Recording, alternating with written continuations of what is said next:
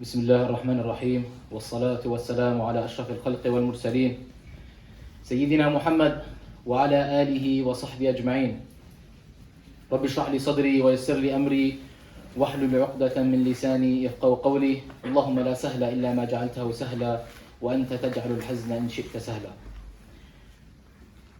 إن الحمد لله نحمده ونستعينه ونستغفره ونؤمن به ونتوكل عليه ونعوذ بالله من شرور أنفسنا ومن سيئات أعمالنا. من يهده الله فلا مضل له ومن يضلله فلا هادي له، وأشهد أن لا إله إلا الله وحده لا شريك له، وأشهد أن محمدا عبده ورسوله وصفيه من خلقه وخليله، بلغ الرسالة وأدى الأمانة ونصح الأمة وكشف الغمة وتركها على محجة بيضاء ليلها كنهارها لا يزيغ عنها إلا هالك. أما بعد، قال الله تعالى في كتابه الكريم بعد أعوذ بالله من الشيطان الرجيم: بسم الله الرحمن الرحيم. يا أيها الذين آمنوا اتقوا الله حق تقاته ولا تموتن إلا وأنتم مسلمون، واتقوا الله الذي تساءلون به والأرحام إن الله كان عليكم رقيبا، واتقوا الله وقولوا قولا سديدا يصلح لكم أعمالكم ويغفر لكم ذنوبكم، ومن يطع الله ورسوله فقد فاز فوزا عظيما. أما بعد، فإن أصدق الحديث كتاب الله، وخير الهدي هدي محمد صلى الله عليه وسلم، وشر الأمور محدثاتها وكل محدثة بدعة وكل بدعة ضلالة وكل ضلالة في النار. السلام عليكم ورحمة الله وبركاته. I begin this khutbah today, inshallah, with the remembrance of the month that we are in. Many occasions happen during this month, and first and foremost, the remembrance of the birth of Rasulullah sallallahu alaihi wasallam. And it's important to understand the birth of Rasulullah sallallahu alaihi wasallam and what kind of society and what kind of world he was born into. What was the situation that was going on around him? What kind of society did he enter? What were the people that he interacted with? And most importantly, how did he change the society for the better? A society that had the greatest absolute moral values that reigned for 1300 years. It all started with the birth of Rasulullah sallallahu alaihi wasallam, Muhammad ibn Abdullah. The society and the world that Rasulullah sallallahu alaihi wasallam was brought into upon his birth on Rabi' al-Awwal was a society of mushrikeen, a society of jahiliyyah, a society that worshipped idols, worshipped stones that did not benefit them and that could not even help their own selves. A society that cheated people in trade, that cheated the scale. A society that enslaved mankind. A society that exploited people of different colors, discrimination.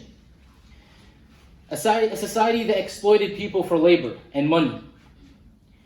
A society that used to utilize riba, interest, for the sake of those in power to create a larger wealth gap between them and the poor.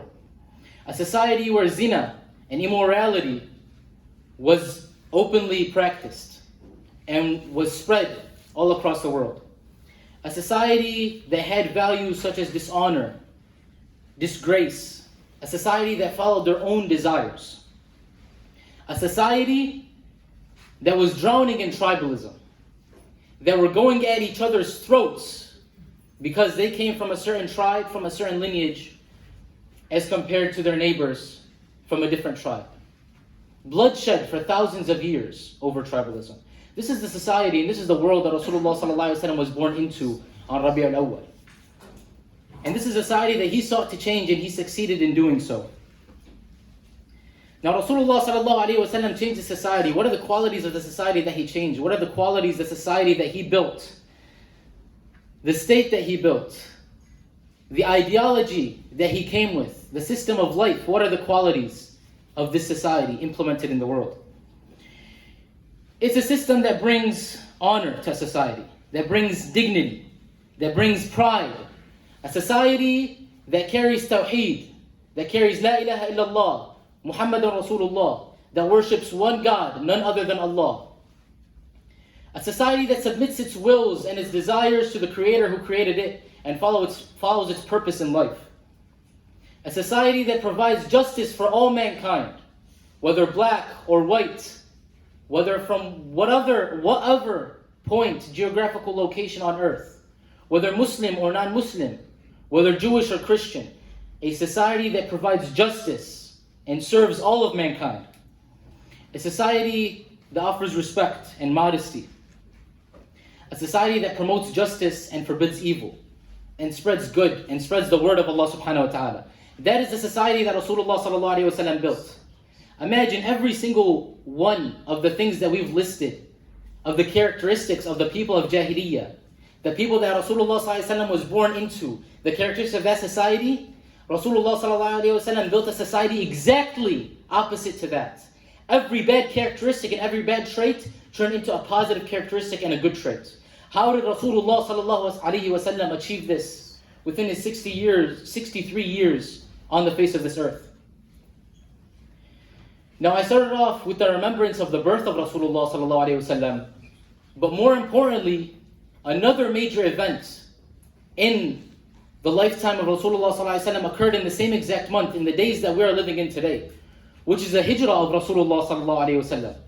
The hijrah of the Messenger of Allah and the Sahaba from Mecca to Medina. Brothers, if you could move forward, Jazakallah khair. It's the remembrance of the hijrah of Rasulullah sallallahu alayhi wa sallam, the pilgrimage from Mecca to Medina. It was a transformation from weakness to strength. It was a transformation from injustice to justice. It was a transformation from living under the subject of man's desires to living under the rules in the Sharia of Allah subhanahu wa ta'ala, the absolute, the just, the all-knowing, the wise. He transformed the whole entire world upside down with this hijrah. And that's why this hijrah is much more significant than his birth. Because the hijrah of Rasulullah sallallahu alayhi wa sallam is when Sayyidina Muhammad truly achieved his message and his purpose as a messenger that was sent to mankind. Where Allah subhanahu wa ta'ala says, هو الذي أرسل رسوله بالهدى ودين الحق ليظهره على الدين كله ولو كره المشركون. هو الذي أرسل رسوله بالهدى ودين الحق ليظهره على الدين كله وكفى بالله شهيدا. It is He, Allah subhanahu wa ta'ala, who has sent His messenger to all mankind, to the world, so that Islam, so that the message of Allah subhanahu wa ta'ala may prevail above all other religions, above all other ways of life. Even if the disbelievers, the mushrikeen, detest it and are against it. Regardless of what the disbelievers think, regardless of what the whole entire world thinks, whether they like it or not, Allah subhanahu wa ta'ala has sent the message of Islam and the deen of Islam to Sayyidina Muhammad sallallahu alayhi wa sallam. And this message is to be risen over all ways of life, with no exclusion, no conditions. Because this is an absolute message from Allah subhanahu wa ta'ala. This is an absolute system of life from the Creator that needs to be implemented. And anything other than that will only provide injustice for mankind. And this is what we see today. Every other system has been implemented except Islam today. And we see the injustice going on. We see the failure of these systems to provide for this people and take care of the affairs of the people.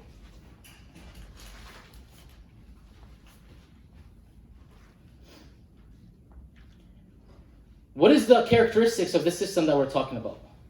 What is the guidance that Allah subhanahu wa ta'ala has sent Rasulullah sallallahu alayhi wa sallam to mankind? هُوَ الَّذِي أَرْسَلَ رَسُولَهُ بِالْهُدَى. This guidance, وَدِينُ الْحَقِّ. And the truthful religion, the truthful way of life, the truthful deen. What is the characteristics of this deen? What does it provide? And what did Rasulullah sallallahu alayhi wa sallam bring to the table when he made pilgrimage from Mecca to Medina to change the society that is in? Again, we stated that Islam is just. Islam is justice. It is the definition of justice. There is no laws that are more just than the laws of Allah subhanahu wa ta'ala. There is no system that is more just. Islam came and it abolished slavery. It said no man has the right to own another human being. We are all slaves of Allah subhanahu wa ta'ala. Islam came and removed any discrimination between people. It separated and destroyed the borders that were once drawn between us. These tribalistic borders. When Rasulullah ﷺ made hijrah to Medina, what is one of the first things that he done? He created a brotherhood between al-Muhajirin wal Ansar. He created a brotherhood between those that made hijrah and the Ansar, the supporters that were in Medina that accepted Islam, that gave him a pledge of allegiance, that gave him the support to establish the deen of Allah subhanahu wa ta'ala in Medina al-Munawwara. He removed any animosity of tribalism. They became brothers in Islam, where they separated and they distributed their wealth amongst them. Whatever I own, my brother owns, although I don't even know him. Why? Because he removed any animosity that separated them, any lines, any borders, any lineage. As long as you're under Islam, as long as you're under the shi'ar, the slogan of La ilaha illallah Muhammad Rasulullah, you have what I have. Not only that, imagine the justice that Islam also provided when Rasulullah made hijrah and established the deen of Allah subhanahu wa ta'ala on earth. Rasulullah says what in a hadith? He says, whosoever harms or kills a dhimmi will never smell the fragrance of Jannah, ever. What is a dhimmi? A dhimmi is a non-Muslim citizen of the Islamic State. There was Jews at the time of Rasulullah in the Khilafah when he was in Medina Munawwara. There was many Jews. There was 3 Jewish tribes actually. There was a large population of Jews that lived under the rule of Islam, that lived under the protection of Rasulullah and the army of Islam. They would pay a jizya. They would pay a yearly tax in exchange for the security. Rasulullah is promising them, and any dhimmi to come after him, whosoever, this is a warning to all the Muslims, if you harm any non-Muslim citizen of the Khilafah of Islam, you're never going to smell the fragrance of Jannah. What more justice do you want than this? Even the non-Muslims that have not accepted this message, this just message that we carry, they have the same exact rights as a Muslim has in this Khilafah, in this state, in this just system. This is what Rasulullah brought to the table.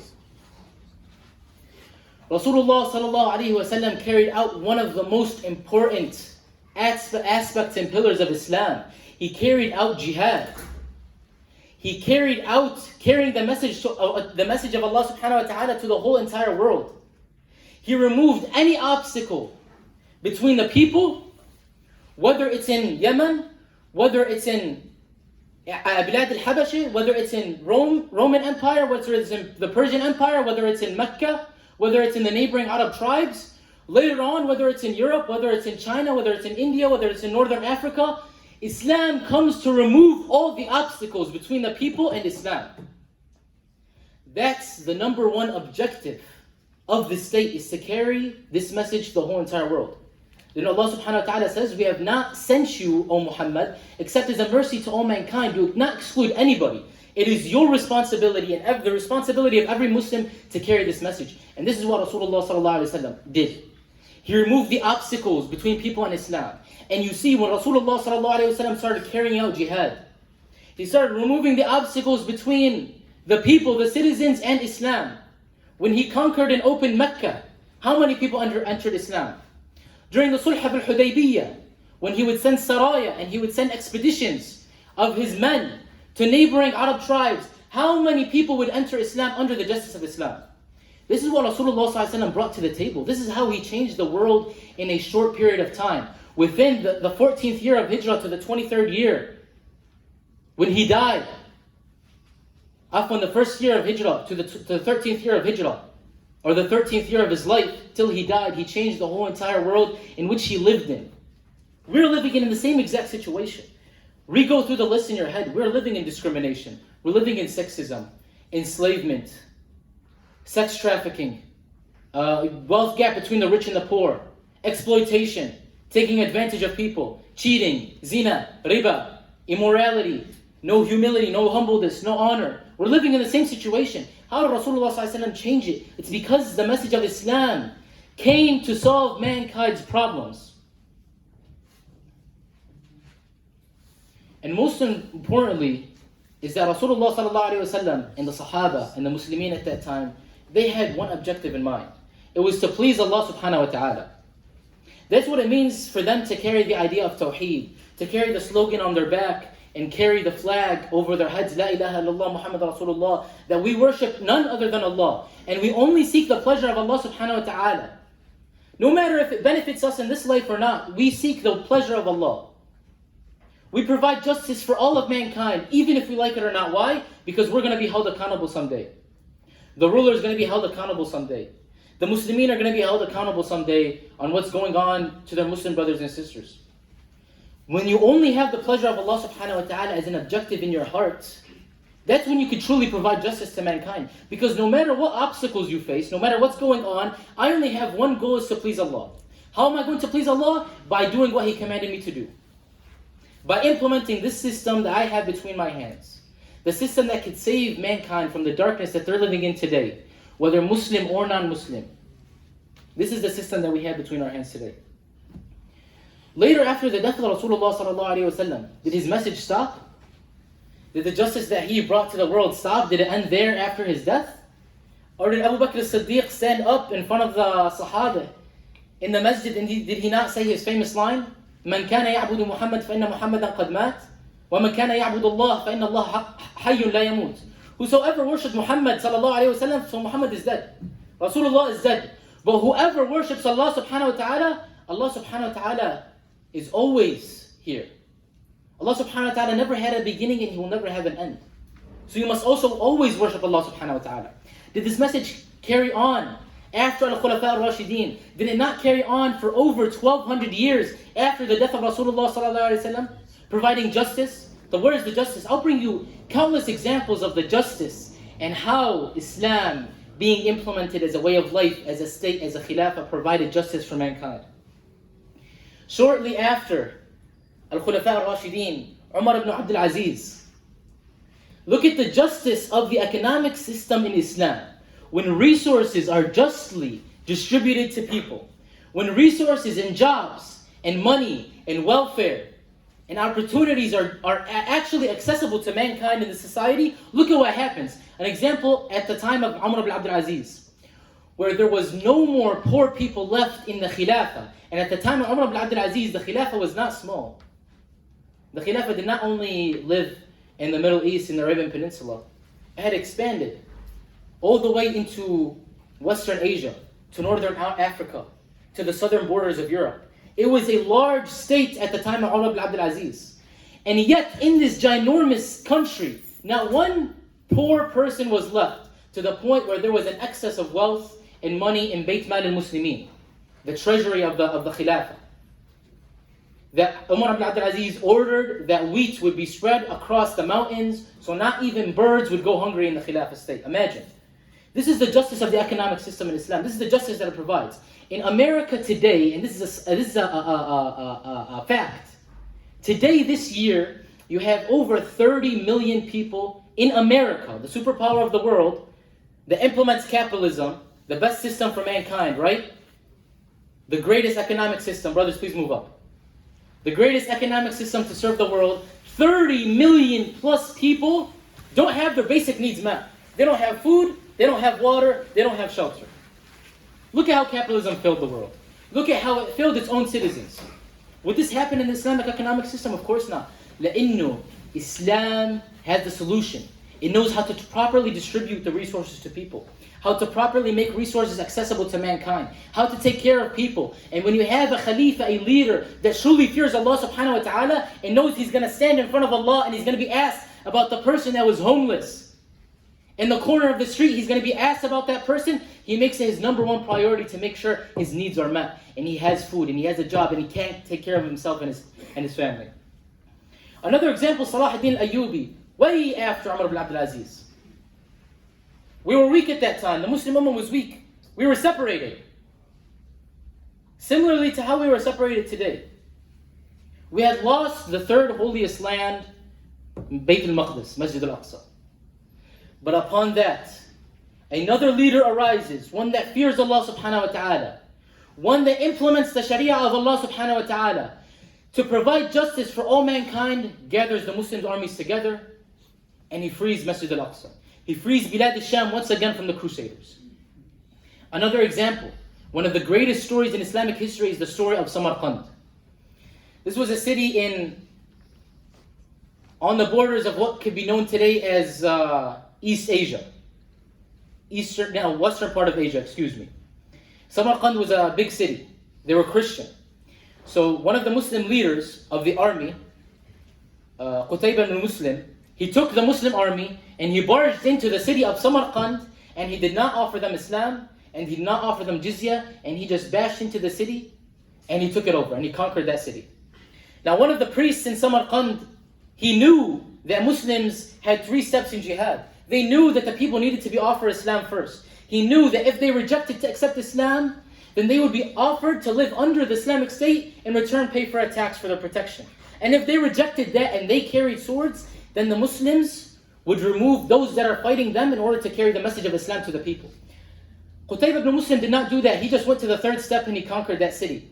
This priest went to the Khalifa himself and he told him, your Muslim leader of the army did 1, 2, 3.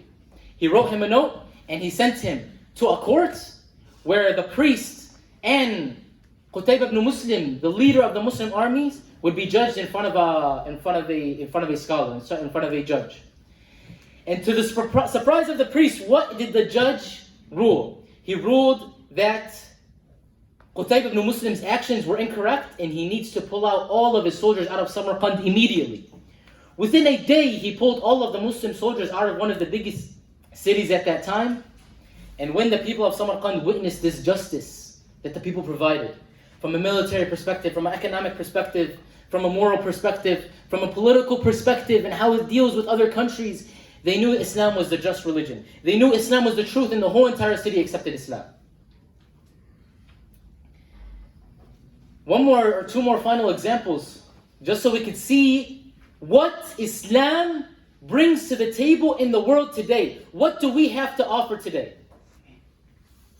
The golden age of Islam, the golden age of the world, were innovations and development in astronomy, in technology, in science, in medication, in pharmacy, flourished to a level unprecedented in history. Muslim scientists, Muslim scholars, Muslim mathematicians, Muslim astronomers. This was all under the rule of Islam. Because Islam wants its people and its civilization to develop and it wants it to flourish. From an academic perspective, from a scholarly perspective, from a Shari'i perspective, it gives the people the resources. That's why under the Khilafah, education is free. You shouldn't have to pay for an education. You should have the right to go to school and get an education and excel in whatever field that you want on free of charge. Because this is a state that truly wants its society to elevate and excel in all different fields.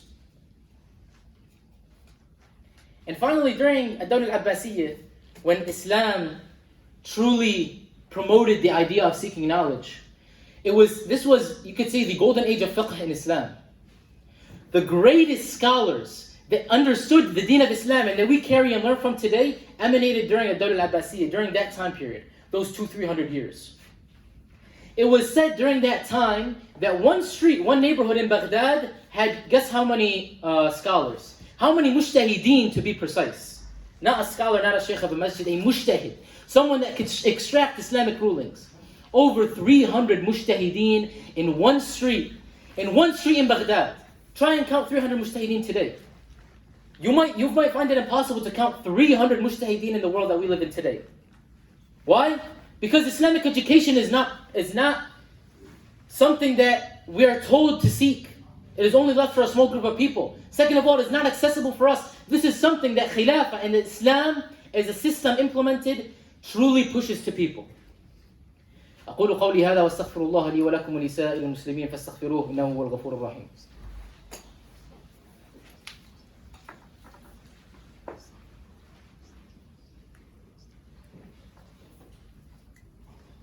بسم الله الرحمن الرحيم والصلاة والسلام على أشرف الخلق والمرسلين سيدنا محمد وعلى آله وصحبه أجمعين. This is what the hijrah of Rasulullah sallallahu alaihi wasallam offered to the world. This is what the hijrah of Rasulullah sallallahu alaihi wasallam, this is what emanated from it. This is what emanated from all the suffering that he and the Sahaba went through. This is what emanated from all the pain that they went through. This is one of the most important historical landmarks as we as Muslims should remember. This is where Islam was written down in history. This is where the deen of Allah subhanahu wa ta'ala reigned over all other ways of life and provided justice for all mankind. And again, the examples are endless. And the world today, look around, needs Islam more than ever. People are dying, Muslim and non-Muslim.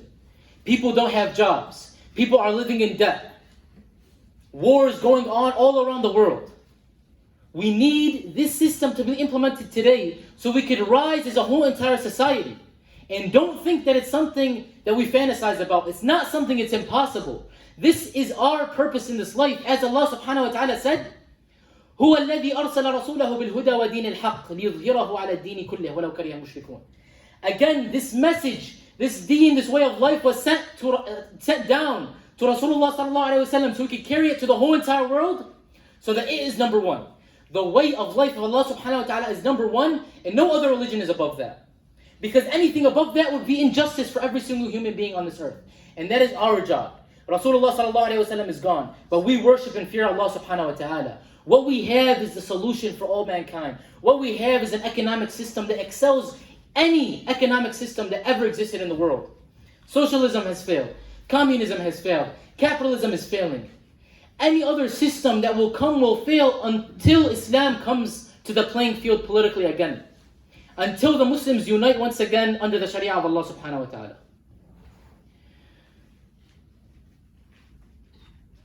بسم الله الرحمن الرحيم والصلاة والسلام على سيدنا محمد وعلى آله وصحبه أجمعين.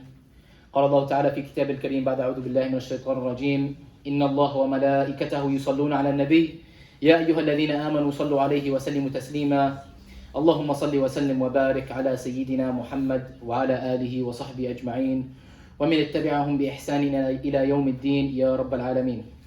اللهم انصر الإسلام والمسلمين. اللهم انصر الإسلام والمسلمين. اللهم انصر من نصر دين محمد صلى الله عليه وسلم واجعلنا منهم واخذل من خذل دين محمد صلى الله عليه وسلم ولا تجعلنا منهم. اللهم أرنا الحق حقا وارزقنا اتباعه وأرنا الباطل باطلا وارزقنا اجتنابه.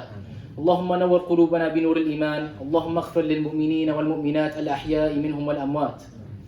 اللهم لا تدع لنا في هذا اليوم المبارك ذنبا إلا غفرته ولا هما إلا فرجته ولا دينا إلا قضيته ولا مريضا إلا شافيته وعافيته ولا حاجة من حوائج الدنيا لك فيها رضا ولنا فيها صلاح إلا يسرتها وعنتنا بها يا رب العالمين. عباد الله رحمكم الله إن الله يأمر بالعدل والإحسان وينهى عن الفحشاء والمنكر والبغي يعظكم لعلكم تذكرون واذكروا الله يذكركم وادعوه يستجب لكم ولذكر الله تعالى أعلى وأولى وأعز وأجل وأتم وأهم وأكبر وأقم الصلاة.